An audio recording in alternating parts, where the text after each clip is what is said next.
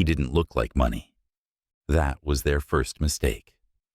He walked in on a Saturday, hoodie pulled halfway over his head, hands in his pockets, quiet. No entourage, no gold watch, no booming voice announcing who he was.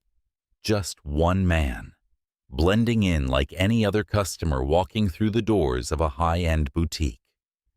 He wasn't there to be seen. He was there to see, to feel the place, the service, the energy. Because what they didn't know was this.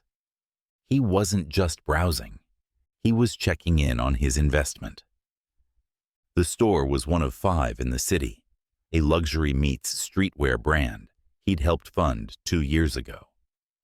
42% equity, majority voting rights, and a silent investor agreement that let him walk quietly while still pulling the strings. He liked it that way, until now. It happened about 6 minutes in. He was standing near a display case, not touching anything, not making a mess, just observing, watching how staff treated other people, noted who got offered water, who got ignored.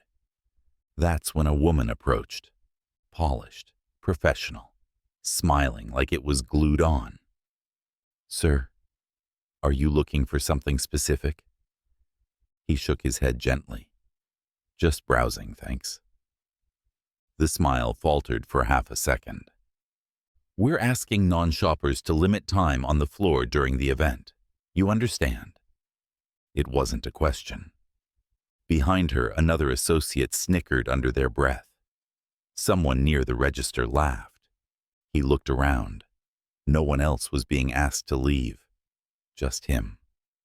He nodded once, didn't argue, didn't flash credentials, didn't say his name, didn't mention that he'd written the check that helped pay for the lights still glowing above their heads.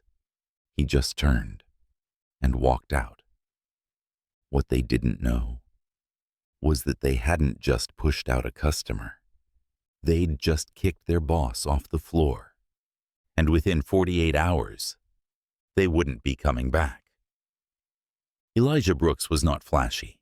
He'd been raised by a single mother who taught him that wealth should whisper, not shout, and that the most powerful people in the room rarely had to prove it. He took that to heart. No logos, no chains, no theatrics, just quiet success, and a long memory for people who assumed they knew who he was based on what he wore.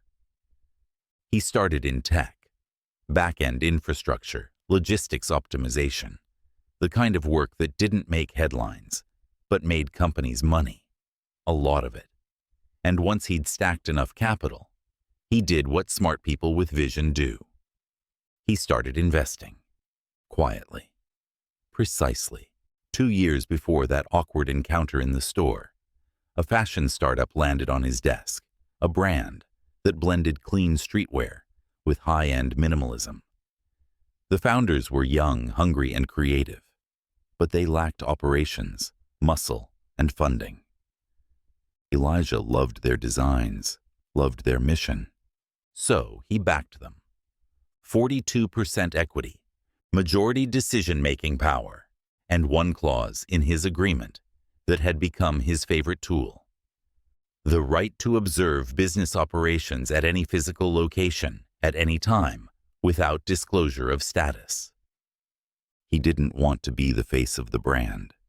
He wanted to be its spine. And that's exactly why he had walked into the store alone, wearing a hoodie, without telling anyone who he was. He wasn't testing the clothes. He was testing the culture. And in 6 minutes, it failed. What hit him hardest wasn't the tone. It wasn't even the fact that they'd asked him to leave. It was the way they did it. Like they'd done it before. Like they'd done it to people who wouldn't come back and didn't matter. Elijah left the store, pulled up his car, and sat in the driver's seat for 5 full minutes. Then he picked up the phone and called Theo, his business partner and the only person who knew all his holdings. "Hey," he said calmly, "how much do I still own of the brand?" Theo laughed. 42. You know that. Why? Elijah looked out the windshield, eyes steady. Schedule an emergency board review. I'll explain in person. Then he ended the call. No anger in his voice, just clarity. Because when you build something, you don't just protect your money, you protect your values. The boardroom at the brand's downtown HQ was small but sleek. Matte black fixtures, glass walls, and soft lighting that made everyone look a little more powerful than they actually were. Everyone except Elijah. He didn't need lighting. He sat at the head of the table, hoodie replaced with a clean jacket, but still understated. He let the founders speak first. Two of them, young, sharp, a little nervous because of the emergency meeting. "What's this about?" one of them asked.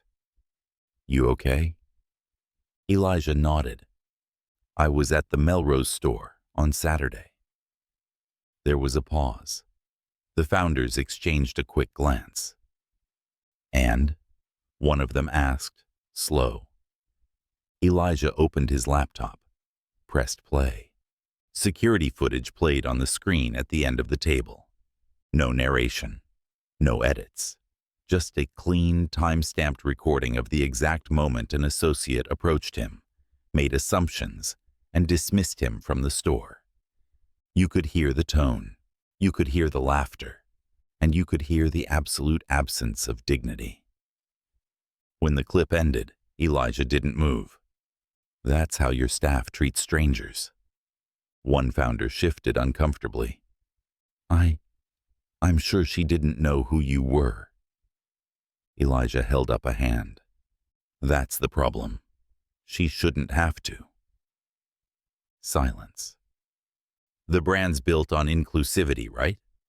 You put it on your website. You print it on the back of receipts. He tapped the table once, deliberately. But if your staff only respects customers when they look rich, then you don't have a brand. You have a dress code for dignity. The next 20 minutes weren't dramatic. There were no shouting matches, no slammed fists. Elijah calmly laid out the internal complaint history, pointed out inconsistencies in how customers were treated across store locations, and submitted a motion to terminate the current Melrose floor leadership. The vote was unanimous. He had the majority stake. It passed, effective immediately. A company-wide memo was drafted and sent that same afternoon. "We have a zero-tolerance policy for disrespect, profiling, or selective service. Our leadership team at Melrose has been dismissed effective today. New equity training and internal auditing begin next week." Elijah signed it himself. No title, no closing line, just his name. A week later, Elijah stepped back into the same store. Same entrance, same scent of expensive cologne in the air, same music thrumming low from the overhead speakers. But something felt different now. Not louder, just sharper. He wore the same sneakers. No jacket this time. No assistant. Just himself. And this time, someone greeted him before the door had fully closed. "Good afternoon, sir.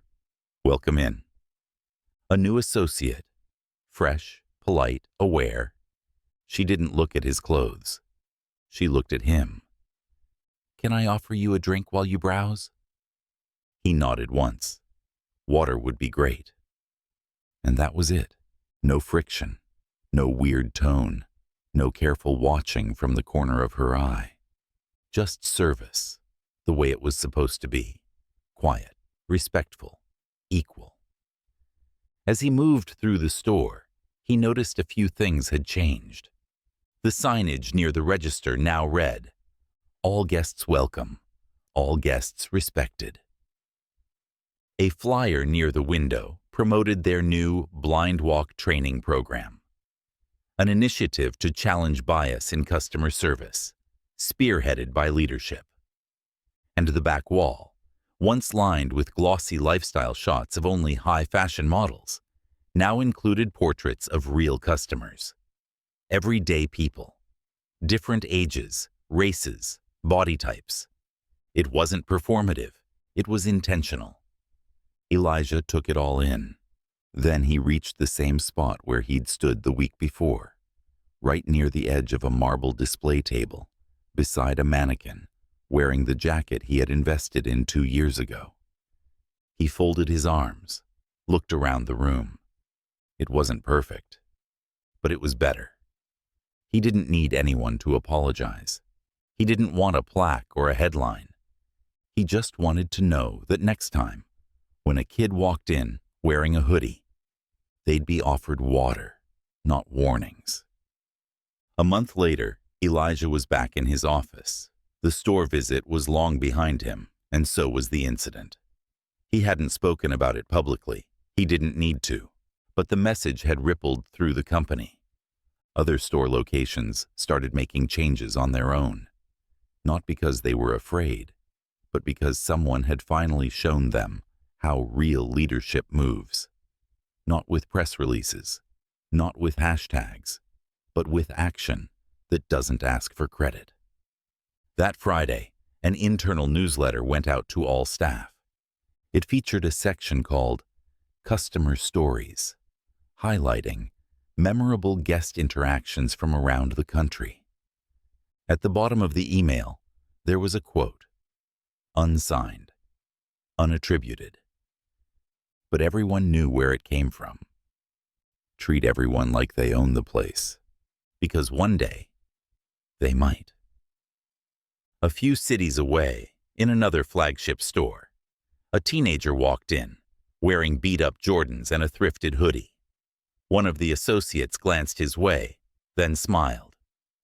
"Hey man, welcome in. First time here? Let me show you around." No hesitation, no judgment, no assumptions. The kid lit up like it was the first time someone had seen him in a place like that. And somewhere far away, Elijah didn't know about that moment, but he didn't need to, because he didn't build the brand for recognition. He built it so that dignity could walk through the door, no matter what it was wearing. They asked him to leave the store because he didn't look like he belonged. But the truth was, he didn't just belong. He helped build the floor they were standing on. And when he came back, he didn't come for revenge.